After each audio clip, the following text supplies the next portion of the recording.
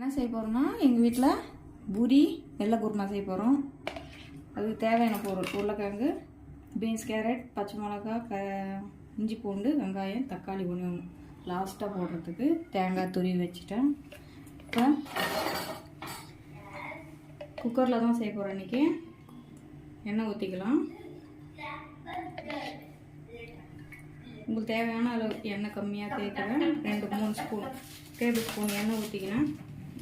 எண்ணெய் சூடாகணுன்னு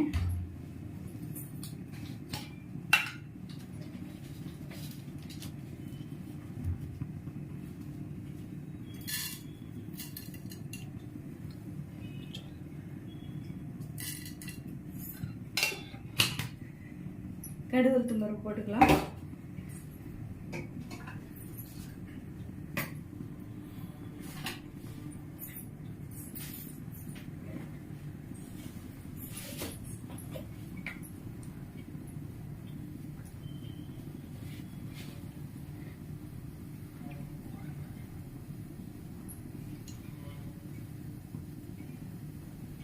கொஞ்சமாக பெருஞ்சீரகம்,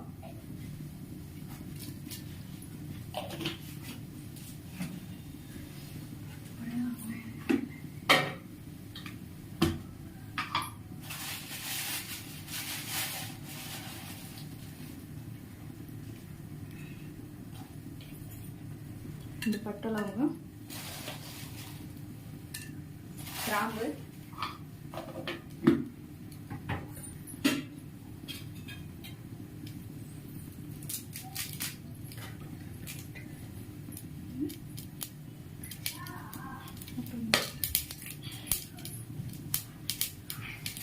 வெடிக்கும், ஜாக்கிரதையாக இருந்துங்க. கிராம்பு வெடிக்கும் முகத்தில். கறிவேப்பிலை எப்படி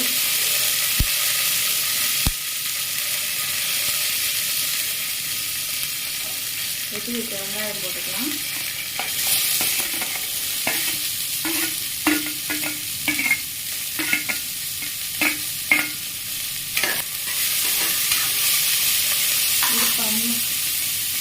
இப்போ அடுப்பை சிம் பண்ணிங்க.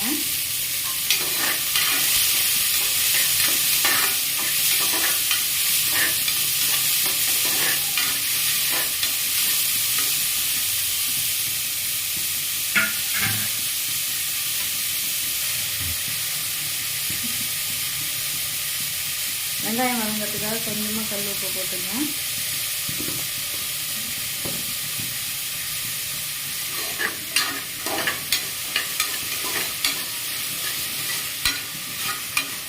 தக்காளி வெட்டி வச்சுக்கிறேன். இப்போ போடக்கூடாது, கடைசியாக இறக்கக்குள்ளே போட்டிங்கன்னா நல்லாயிருக்கும். வெள்ளை குருமா செய்யும்போது லாஸ்ட்டாக போட்டிங்கன்னா தான் தக்காளி நல்லாயிருக்கும், ஒயிட்டாகவும் இருக்கும்.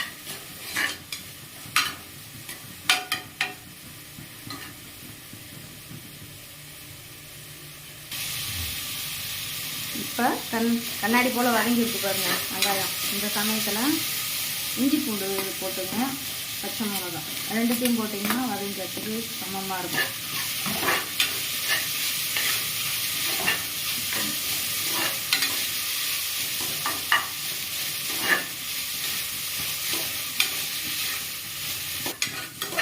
ஒரு 2 நிமிஷம் வதக்கியாச்சு இஞ்சி பூண்டு. இப்போ காய்கறியெல்லாம் போட்டு வதக்கலாம். கேரட், பீன்ஸு,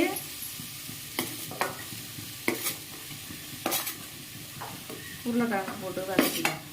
நான் பட்டாணிலாம் போடல, இது மட்டும்தான் காய்கறி எங்கள் வீட்டில் இருக்கிறத வச்சு சிம்பிளாக செய்கிறேன்.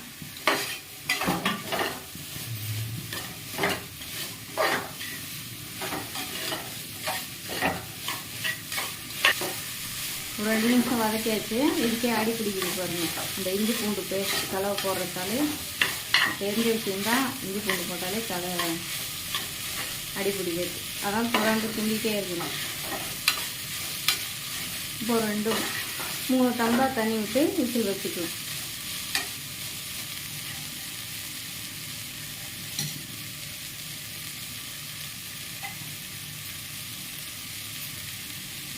இதுக்கு பெரிய டம்ளர் அளவில் ஒரு 2 டம்ளர் ஊற்றுறேன்.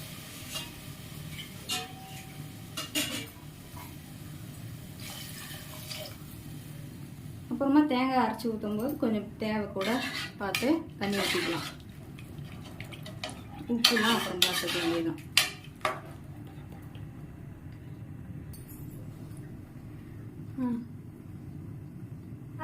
வெள்ளை குருமா ஆன் பண்ணிட்டு இப்போ வைக்கிறது வெள்ளை குருமான்றதால எந்த மசாலாவும் போட தேவையில்லை. மிளகாவே காரம் அதுவே போதும். இப்போ லிட்டு போட்டு மூடிக்கலாம். 3 விசில் வச்சு இறக்கலாம்.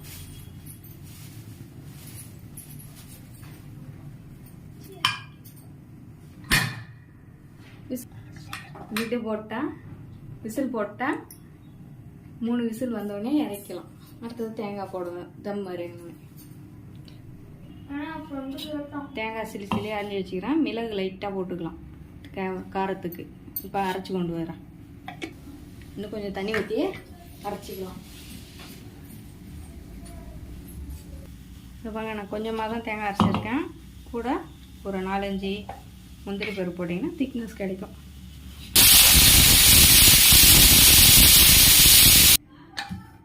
ஃப்ளேம் இறங்கிடுச்சு. ஓப்பன் பண்ணி பார்க்கலாம்.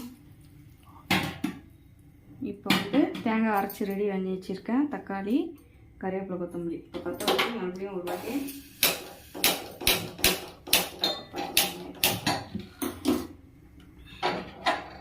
ஒரு கொதி வந்துருக்கு. கொதி வருது. இந்த நேரத்தில் தக்காளி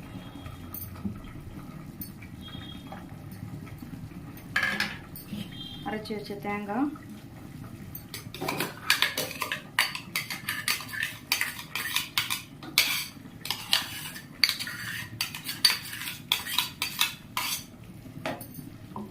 ரொம்ப கொதிக்க வைக்கக்கூடாது, அதெல்லாம் சிம்மில் வச்சுக்கலாம்.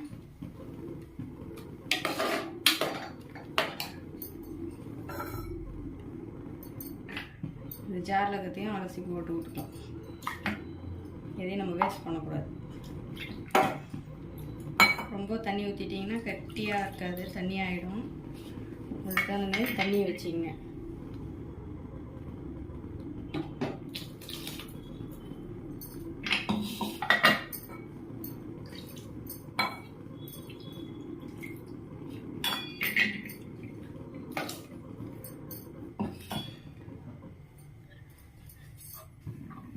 அப்படியே லைட்டாக ஒரு கொதி வந்தோடனே, ரசம்லாம் எப்படி வரும், பபுள்ஸ் வர மாரி, அதுமாரி வந்தோடனே கொத்தமல்லி போட்டு, கறிவேப்பிலை கொத்தமல்லி போட்டு இறக்கிட வேண்டியது தான்.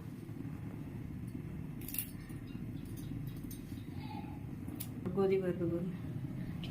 இந்த பாருங்க, ஒரு அவுட்லைனில் கொதி வருது பாருங்க உள்ளலாம். இப்போ கறிவேப்பிலை கொத்தமல்லியை போட்டுடலாம். ரொம்ப கொதிக்க விடக்கூடாது, அதோடைய சத்தே போயிடும், தேங்காயில் இருக்கிற சத்து.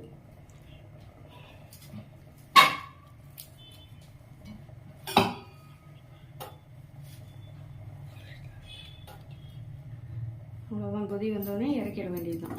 இது சப்பாத்திக்கு குருமா, சப்பாத்திக்கு பூரி, இட்லி,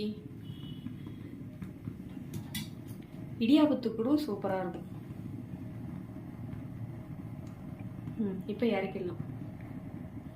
இன்றைக்கி எங்கள் வீட்டில் சப்பாத்தி, வெள்ளை குருமா வச்சு என் புள்ள பசிக்குதுன்னு சொன்னால் அவனுக்கு ரெடி பண்ணி இப்போ அவர் சாப்பிட போகிறாரு. எல்லாத்துக்குமே டிஷ்ஷு குருமா, வெள்ளை குருமா நல்லாயிருக்கும். உங்கள் வீட்டிலே சமைச்சு செஞ்சு பாட்டுங்க. இதுதான் எங்களுக்கு